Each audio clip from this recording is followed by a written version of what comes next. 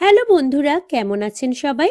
আশা রাখছি আপনারা প্রত্যেকেই যে যেখানেই আছেন ভীষণই ভালো আছেন।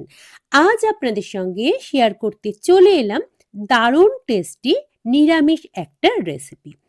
আমরা অনেকেই যারা শনিবার, মঙ্গলবার এরকম অন্যান্য অনেক দিনেই নিরামিষ খাই কিংবা যারা ১২ মাসই নিরামিষ খাবার-দাবার পছন্দ করি তাদের জন্য কিন্তু আজকের রেসিপিটি হতে চলেছে একেবারে মনের মতো।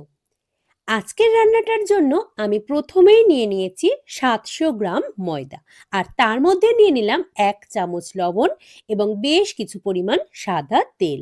এই দুটো উপাদান নিয়ে নেওয়ার পর আমি কিন্তু ময়দার সাথে হাত দিয়ে খুব ভালোভাবে মিশিয়ে নিচ্ছি প্রথমেই। এখন অবধি জল ব্যবহার না করেই মিশিয়ে নিয়েছি আর এবার অল্প অল্প পরিমাণ করে রুম টেম্পারেচারে রাখা জল আমি ব্যবহার করে ময়দাটাকে মেখে নিচ্ছি। ময়দাটাকে কিন্তু খুব শক্ত করে মাখা যাবে না, একটু নরম করে মাখতে হবে আজকে ময়দাটাকে। ময়দাটা একটু নরমভাবেই মেখে নিয়েছি আর এই অবস্থায় ঢাকনা চাপা দিয়ে ১ থেকে ১.৫ ঘন্টা, যদি সম্ভব হয় ২ ঘন্টা সময়ের জন্য কিন্তু রেখে দিলে বেশ ভালো হয়। তবে আজ আমার হাতে সময় কম, তাই আমি কিন্তু ১ ঘন্টা সময়ের জন্য ঢাকা চাপা দিয়ে ময়দাটাকে রেখে দিয়েছিলাম। দেখুন এতক্ষণে ময়দাটা কিন্তু বেশ নরম হয়ে গেছে। যত নরম করে আমি মেখেছি ময়দাটাকে তার থেকেও অনেক বেশি নরম হয়ে গেছে এখন।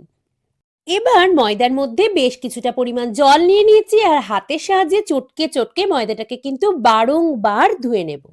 অনেকবার করে এই একই কাজ আমাকে করতে হবে যতক্ষণ না ময়দার থেকে এই যে সাদা অংশ, দুধের মতো সাদা জল বের হচ্ছে, এটা বেরোনো বন্ধ হচ্ছে। অর্থাৎ যতক্ষণে পরিষ্কার জল বেরোবে ততক্ষণ কিন্তু আমাকে বারংবার করে ময়দাটাকে এভাবে জল পাল্টে পাল্টে ধুয়ে নিতে হবে বেশ কিছু সময়ের জন্য। ময়দাটা ধুয়ে নেওয়ার জন্য আমি রুম টেম্পারেচারে রাখা পরিষ্কার জলই কিন্তু ব্যবহার করছি আর দেখুন বারংবার ধোয়ার ফলে ময়দাটা কিন্তু আগের তুলনায় অন্য রকম একটা টেক্সচার তৈরি হয়ে গেছে। প্রথম অবস্থায় আমি যখন জল দিয়ে ময়দাটাকে ভালোভাবে ডলে ধুয়ে নিচ্ছিলাম তখন কিন্তু ধুয়ে নেওয়া জলটা একেবারে দুধের মতো সাদা দেখাচ্ছিল। যত বেশিবার ধোয়া হয়ে যাবে ধীরে ধীরে কিন্তু ময়দাটাও যেমন একটা রাবারের টেক্সচারে চলে আসবে, ঠিক তেমনি জলটাও কিন্তু তখন আগের মতো সাদা হবে না।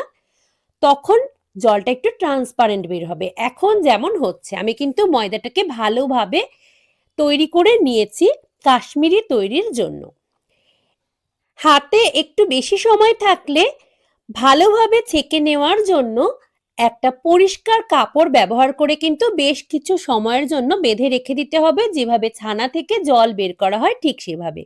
আজ আমার হাতে সময় একেবারেই কম থাকায় আমি কিন্তু সেটা করিনি।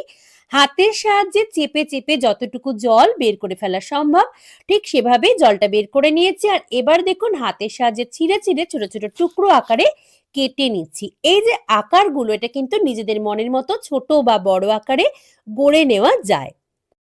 আমি বেশ কয়েকটা গড়ে নিয়েছি আর এবার নিয়ে নিয়েছি একটা বড় কড়াই, এর মধ্যে বেশ কিছু পরিমাণ সাদা তেল গরম হতে দেব। এক্ষেত্রে একটা কথা জানিয়ে রাখি আপনাদের, যখন আমরা এই ময়দার ডোটার থেকে ছোট ছোট টুকরো আকারে কেটে নেব, যে থালায় আমরা রাখবো সেটা কিন্তু একটু দূরত্ব রেখে রেখে এগুলোকে রাখতে হবে, তা না হলে একটা অন্যটার গায়ে লেগে যাবে। তেলটা বেশ সুন্দরভাবে গরম করে নিয়েছি আর এবার একটা একটা করে কিন্তু এই কাশ্মীরিগুলো তেলের মধ্যে দিয়ে খুব ভালোভাবে ভেজে নেব। প্রথম অবস্থায় কিন্তু কোনোভাবেই খুন্তি বা অন্য কোনো কিছুর ব্যবহার করা যাবে না, যাতে আমরা উল্টানোর চেষ্টা করতে পারি। এক পিঠটা একটু ভালোভাবে ভেজে নেওয়ার পর দেখা যাবে এগুলো কিন্তু আপনা আপনি বেশ লুচির মতো ফুলে উঠেছে, তখন আমরা বিপরীত দিকটা উল্টে ভেজে নেব খুব ভালোভাবে। তেলের ওপর প্রথমে দিয়েই যদি আমরা উল্টানোর চেষ্টা করি, একটা অন্যটার গায়ে যে লেগে যাবে শুধু সেটাই নয়, খুন্তির মধ্যেও কিন্তু আটকে উঠে আসবে। তাই প্রথম অবস্থায় একটা পিঠ ভাজা না হওয়া অবধি কোনোভাবেই খুন্তি দিয়ে নাড়ানো যাবে না। একইভাবে কিন্তু বাকি কাশ্মীরিগুলো আমি খুব ভালোভাবে ভেজে নিচ্ছি আর একটু সময় ভাজা হয়ে গেলেই দেখা যাবে কি সুন্দর ফুলে উঠেছে এবং তেলের ওপরে ভাসছে। ময়দাটা সঠিকভাবে মাখা এবং যখন ধোয়ার সময় সেই সময়টা বারংবার জল পাল্টে ধুয়ে নেওয়া, এই দুটো কাজ যদি সঠিকভাবে হয়, কাশ্মীরিগুলো কিন্তু খুব সুন্দর হবে খেতে। দেখুন সবগুলোই কত সুন্দর ফুলে ফুলে উঠেছে।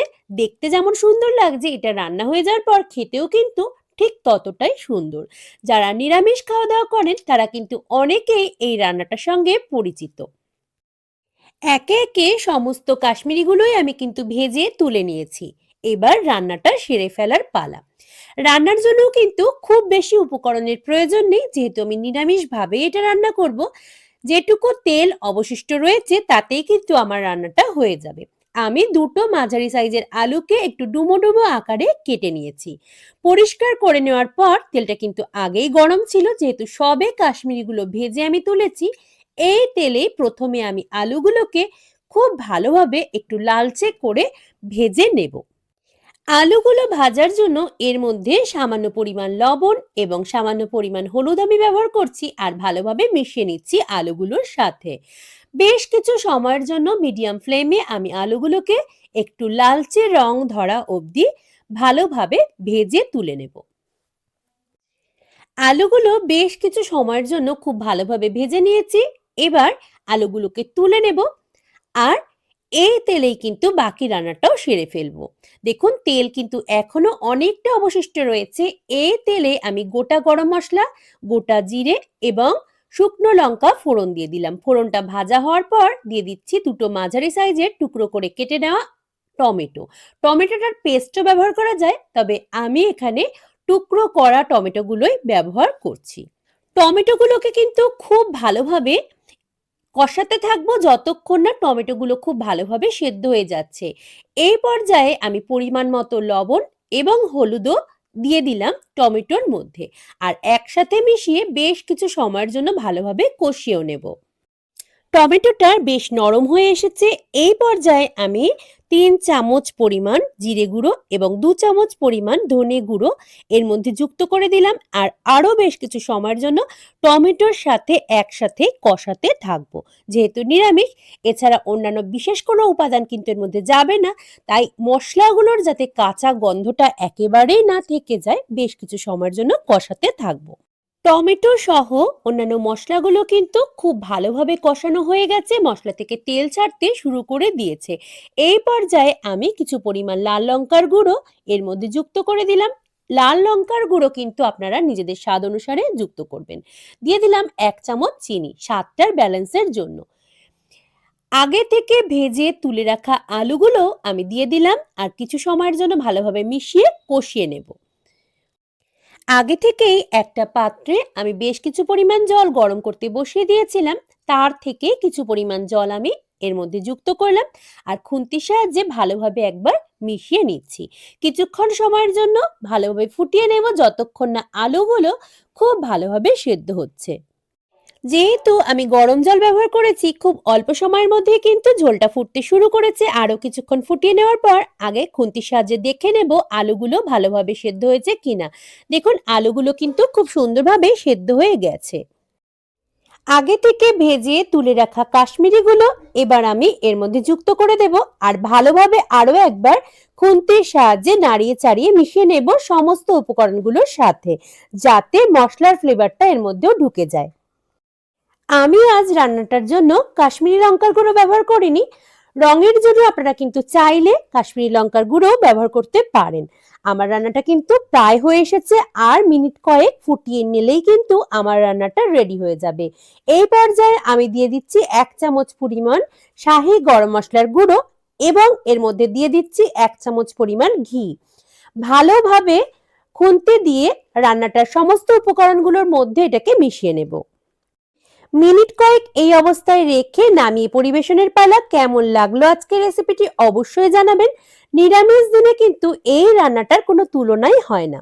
যদি ভালো লাগে আমার রেসিপিগুলো অবশ্যই লাইক করতে ভুলবেন না, কমেন্ট করবেন, শেয়ার করবেন বন্ধুদের সাথে, আর সাবস্ক্রাইব করে পাশে থাকবেন।